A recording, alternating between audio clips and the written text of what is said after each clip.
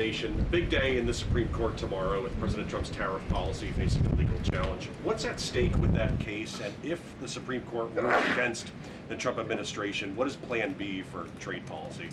I'll tell you, the White House is always preparing for Plan B. It would be imprudent of the president's advisors not to prepare for such a situation. With that said, we are 100% confident in the president and his team's legal arguments in the merits of the law in this case, and we remain optimistic that the Supreme Court is going to do the right thing. The importance of this case cannot be overstated. The president must have the emergency authority to utilize tariffs. Look at what President Trump has been able to do with the leverage and the power of tariffs. He's been able to sign peace deals all over the world and end global conflicts and literally save lives. He's been able to bring in trillions of dollars of investments into our country. In fact, this year alone, we are going to cut the deficit by $600 billion, namely because of the president's effective use of tariffs. And the president strongly believes that economic security is a matter of national security, and tariffs have a lot to do with that. And this case is not just about President Trump. It's about the use of this emergency authorization for tariffs for future presidents and administrations to come, and we're confident and hopeful that the Supreme Court will do the right thing. Kristen. Why did President Trump get an MRI during his recent visit to Wall Street?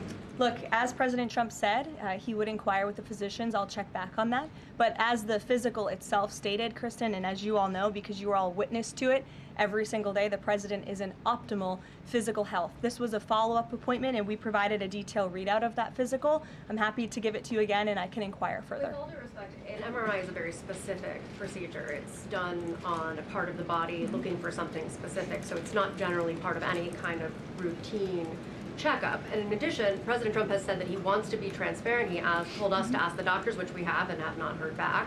Why don't we have more information on this? As I said, I'll check back for you. Go ahead. Karoline, can you update us on the mediation efforts this administration is leading in Sudan, trying to achieve a ceasefire there? Sure, yes. The United States is actively engaged in efforts to bring about a peaceful resolution to the terrible conflict in Sudan.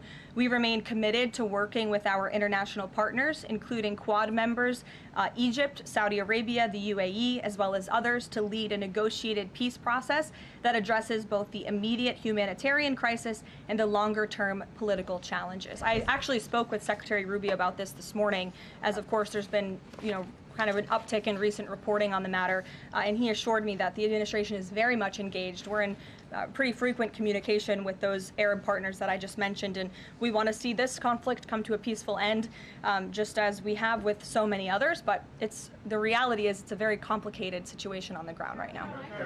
Yes. Hi, yes. Just trying to go back into the subject of Mexico. Is the Trump administration planning to send U.S. troops to Mexico to combat drug cartels, as reported by other outlets? That's not something I would confirm from this podium if it were happening, so I will not comment on that. Eamon. Thank you, Karoline. Why did the president decide not to go to the Supreme Court tomorrow? He'd indicated earlier that he might want to go and attend in person. Yeah. Now he's saying he's not going to go. Why? The president did have an interest in attending the Supreme Court hearing tomorrow, as I just expressed how important it is to him, the administration, and the country, this case. But he is traveling to Miami tomorrow, as you all know, to give an economic address with the mayor of Miami and many global business leaders to talk about his historic success with the economy over the past 10 months and talk about sort of where we are headed as a country in terms of our economy. So he'll be traveling tomorrow on the road in Miami. That's why he won't be here, but Secretary Scott Bessent will be in attendance at the hearing tomorrow at the request of the president. He has said that he doesn't want to export the high-end NVIDIA chips to China, but the Wall Street Journal reported yesterday that there was some question about whether the president would raise this as a possible concession with the Chinese side during his meeting with Xi Jinping. So does the White House consider NVIDIA chip exports to China to be a closed issue right now, or is this an ongoing negotiation between the United States, China, and NVIDIA at this point? The president has made his position on this very clear, both to the Chinese and also to all of you. He's answered this question directly. As for the most advanced chips, the Blackwell chip, that's not something we're interested in selling to China at this time. Annie?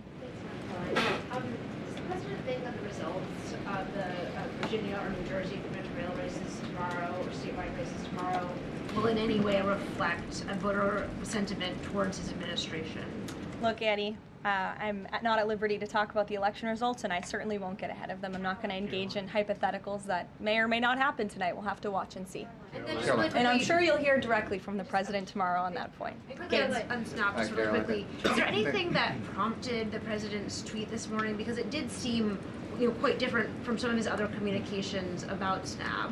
It seemed a little bit out of the left field. I'm just wondering if he had a conversation or if there's anything you're aware of that caused him to decide to, at around 11 o'clock, to send out that message. Look, the president is constantly well read on the news, as you know, and he is very much aware we are in day 35 of a government shutdown in which these SNAP benefits, we're pushing them out the door. USDA put out that guidance to the states this morning. The president was aware of that, and he wants to make it very clear that these benefits are in jeopardy because of the Democrats, and they should just open the government so that we can continue getting these funds out the door in an easier and more efficient way.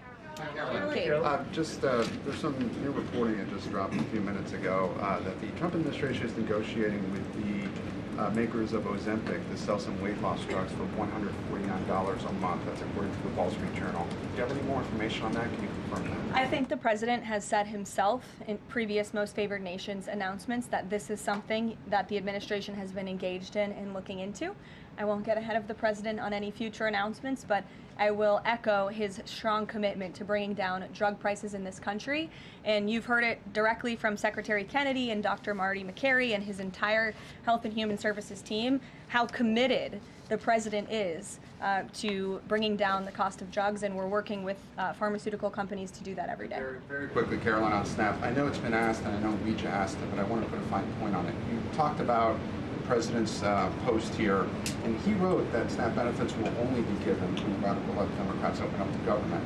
I understand your previous answers, but as written, how would that not violate a court order as it's written? I've now answered this question several times, Gabe. We are complying with the court's order. We are getting the payments out the door as quickly as we can. USDA sent the guidance to the state.